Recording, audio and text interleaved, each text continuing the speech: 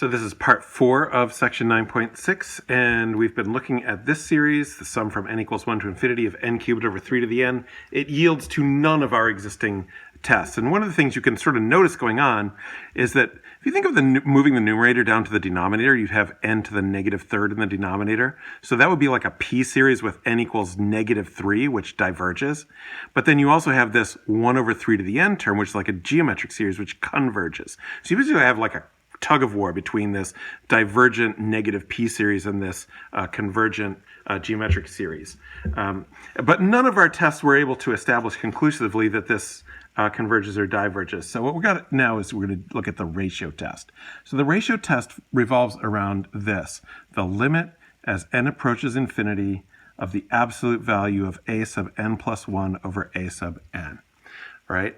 And we're going to look at what that limit is. Now, if you think about sort of a parallel, is that if you think of a geometric sequence, right, in a geometric sequence, you have a sub n plus 1 is equal to r a sub n. Right? That's the definition of a geometric sequence, right? That's a geosequence.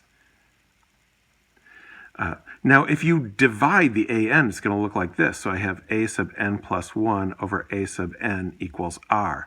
And so, in a sense, this a sub n plus 1 over a sub n is like the r of a geometric sequence. And we know that that converges when r is less than 1. When r is less than 1, that sum of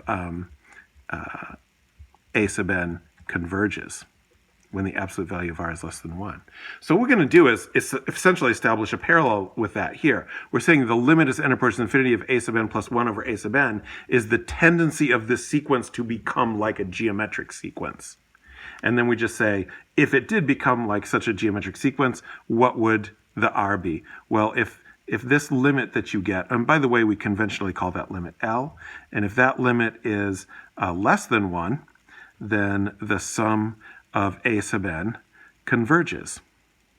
And not only that, but it happens to converge absolutely. So this is why we're talking about absolute and conditional convergence before, because you have this strong conclusion that a sub n converges absolutely. For this particular series, it's not going to matter because the series are positive, but for some other series, it might matter. Now, if the L that you get is greater than 1, then sum of a sub n diverges. We don't say absolutely or conditionally for diverges, it just diverges. Now, of course, it can't be too simple. So if the limit turns out to be equal to 1, then you get no conclusion. So that essentially is the ratio test. Let's look and see how it applies to this series that we couldn't establish the convergence of any other way. So we have sum from n equals 1 to infinity of n cubed over 3 to the n. So we need to look at what is the limit as n approaches infinity of the absolute value of a sub n plus 1 over a sub n.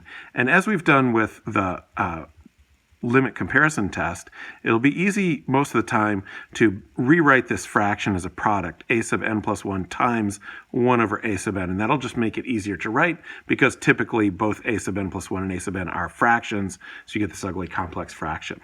All right, so for our particular series, the limit as n approaches infinity of a sub n plus 1. So this is a sub n here, but I need a sub n plus 1. So what I do is just substitute n plus 1 for all my n's in this expression.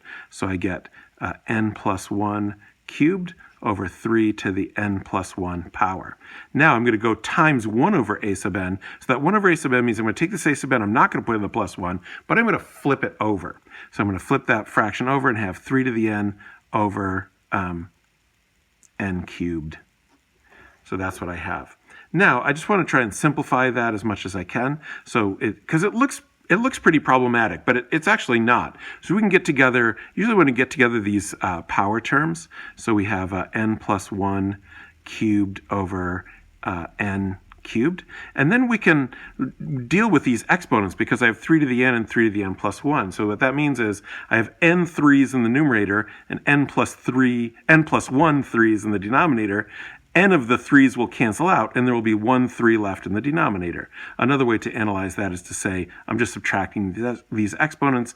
N minus parentheses n plus 1 is equal to negative 1. So what I have here is 3 to the negative 1 power. Now, I could have dropped the absolute value right back here because all of these things are positive. So you want to watch for at what point can you drop the absolute value if you can. I could have dropped it right away. I didn't. That's life. Now, the next thing I'm going to do is I have this 1/3, which is a constant. Let's just bring it out of the limit. And then I have limit as n approaches infinity. What do I have left in here? Now I'll drop the absolute values, n plus 1 cubed over n cubed. And then that's equal to 1/3 times. Now I recognize this as being a rational sequence, and we know the limit as n approaches infinity of a rational function we can do by comparing degrees. The degree of the numerator is 3, the degree of the denominator is 3, so I can use ratio of the coefficients, 1 over 1. This limit here is just 1.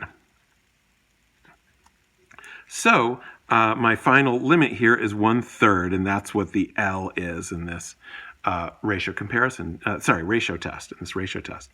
All right, now what I care about, the only thing I care about 1/3 is that it's less than 1. It's less than 1. So since the L is less than 1, I conclude that the sum from n equals 1 to infinity of n cubed over 3 to the nth power converges by the ratio test. And then another nice convenient thing about this test is there's really nothing else needed for the justification. I don't need to establish that the sequence is decreasing. I don't need to establish that it's positive. I don't need to give a reason for my comparison sequence because there's no comparison sequence. All I do is look at my sequence, create this limit, n plus 1 over n, find the limit of that sequence, and then if I get something less than 1, I say it converges by ratio test. If I get something greater than 1, I say the series diverges by ratio test. If I get the limit equals 1, I'm out of luck and I have to find something else to do. But in terms of the ones where it's not equal to 1, I just get this conclusion and this is my justification. Of course, the work is all in here. Having to do that limit, that's where you pay for the simplicity of the test. The simplicity is I just do a limit and I state my conclusion. The difficulty is that limit is a little bit cumbersome to compute sometimes. So we'll look at some specific examples in the next video.